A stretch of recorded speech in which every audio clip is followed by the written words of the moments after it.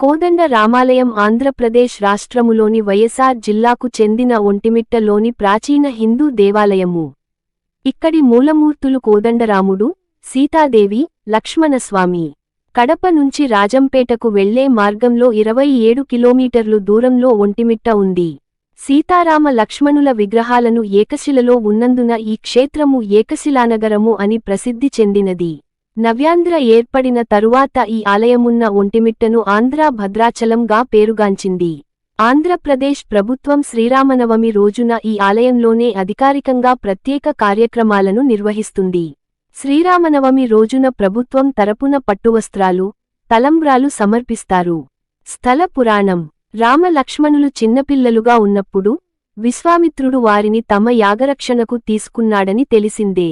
కానీ సీతారామ కళ్యాణం జరిగాక కూడా అలాంటి సందర్భమే ఒకటి ఏర్పడింది. అప్పుడు మృకండు మహర్షి, శృంగి మహర్షి రాముని ప్రార్థించడంతో దుష్టశిక్షణ కోసం ఆ స్వామి సీతా లక్ష్మణ సమేతుడై అంబుల పొది, పిడిబాకు, కోదండం పట్టుకుని ఈ ప్రాంతానికి వచ్చి యాగ రక్షణ చేశాడని పురాణం చెబుతుంది. అందుకు ప్రతిగా ఆ మహర్షులు సీతారామ లక్ష్మణుల విగ్రహాలను ఏకశిలగా చెక్కించారని, తరువాత జాంబవంతుడు ఈ విగ్రహాలను ప్రాణప్రతిష్ఠ చేశారని ఇక్కడ ప్రజల విశ్వాసం. ఈ దేవాలయంలో శ్రీరామ తీర్థం ఉంది. సీత కోరికపై శ్రీరాముడు రామ బాణంతో పాతాళ గంగను పైకి తెచ్చాడని అంటారు. చారిత్రక విశేషాలు. గోపుర నిర్మాణం చోళ శిల్ప సాంప్రదాయంలో అత్యద్భుతంగా ఉంటుంది. ఫ్రెంచి యాత్రికుడు ట్రావెర్నియర్ 16వ శతాబ్దంలో ఈ రామాలయాన్ని దర్శించి, భారతదేశంలోని పెద్ద గోపురాలలో ఈ రామాలయ గోపురం ఒకటి అని కీర్తించాడు. ఆంధ్ర మహాభాగవతాన్ని రచించిన పోతన తాను ఏకశిలపురి వాసినని చెప్పుకున్నాడు. అంతేగాక తన భాగవతాన్ని ఈ కోదండ రామునికి అంకితం గావించాడు. దాన్ని బట్టి భాగవతంలో ఈ ప్రాంతానికి చెందిన వాడుక మాటలు కొన్ని ఉండడాన్ని బట్టి ఆయన కొంతకాలం ఇక్కడ నివసించాడని భావిస్తున్నారు. ఈ ఆలయంలోని ప్రధాన విగ్రహం యొక్క ఒకే శిలలో రాముడు, సీత, లక్ష్మణుడు విగ్రహాలు చెక్కబడ్డాయి. దేవాలయాలలోని మూల విగ్రహాలలో రాముని విగ్రహం పక్కన హనుమంతుడు విగ్రహం లేని రామాలయం భారతదేశంలో ఇదొక్కటే. శ్రీరామహనుమంతుల కలయికకు ముందే ఒంటిమిట్టలో సీతారామలక్ష్మణుల ఏకశీలా విగ్రహం స్థాపించినట్లు కథనం. ఈ కోదండ రామాలయానికి 3 గోపురద్వారాలున్నాయి. విశాలమైన ఆవరణముంది. ఆలయ ముఖద్వారం ఎత్తు సుమారు 160 అడుగులు. 32 శిలాస్తంభాలతో రంగమంటపం నిర్మించబడింది. గోపురాలు చోళ పద్ధతిలో నిర్మించబడినాయి. రంగమంటపం విజయనగర శిల్పాలను పోలి ఉంది.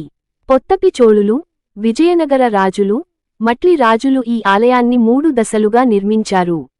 3. ఒంటిమిట్ట నివాసి, ఆంధ్రవాల్మీకి అని పేరొందిన వావిలికొలను సుబ్బారావు 1863 నుండి 1936 ఈ రామాలయాన్ని పునరుద్ధరించాడు. స్వామికి ఆభరణాలను చేయించడంతో బాటు రామసేవా కుటీరాన్ని నిర్మించాడు. ఈయన టెంకాయ చిప్ప చేతపట్టి భిక్షాటన చేసి వచ్చిన సొమ్ముతో సుమారు 10 లక్షల రూపాయల విలువైన ఆభరణాలను చేయించగలిగాడు. పోతన, అయ్యలరాజు రామభద్రుడు, ఉప్పుగుండూరు వెంకటకవి, వరకవి మరెందరో ఈ స్వామికి కవితార్చన చేశారు.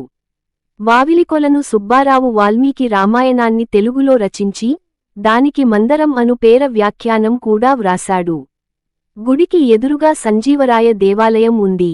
ఈ దేవాలయం ప్రక్కగా రథశాల, రథం ఉన్నాయి.